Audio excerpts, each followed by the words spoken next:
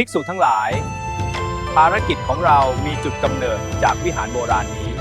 ช่วยปลดปล่อยข้าออกมาที ถ้าข้าออกมาได้ข้าจะอารักขาท่านตลอดการเดินทาง ระหว่างทางไปชมพูทวีปพวกเราจะพบเรื่องราวสนุกๆตลอดการเดินทางแน่นอน ใช่ตื่นโป้ยกาย เจ้าเหนื่อยหรือยัง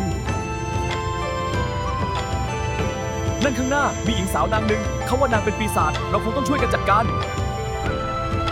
พวกเจ้าทุกคนช่วยกันดูให้ดี ครับผมจะจับตาดูให้ดี ๆ ฮะ มีอะไรเหรอครับ ทุกคนตั้งใจฟังและระวังตัวให้ดี หยุด อย่าทำแบบนั้นนางกำลังแปลงร่างเป็นปีศาจ อ๋อ ปีศาจ พวกเราทุกคนต้องช่วยกันกำจัดปีศาจหญิงสาวนางนี้ ใช่ เราจะกำจัดนางด้วยกัน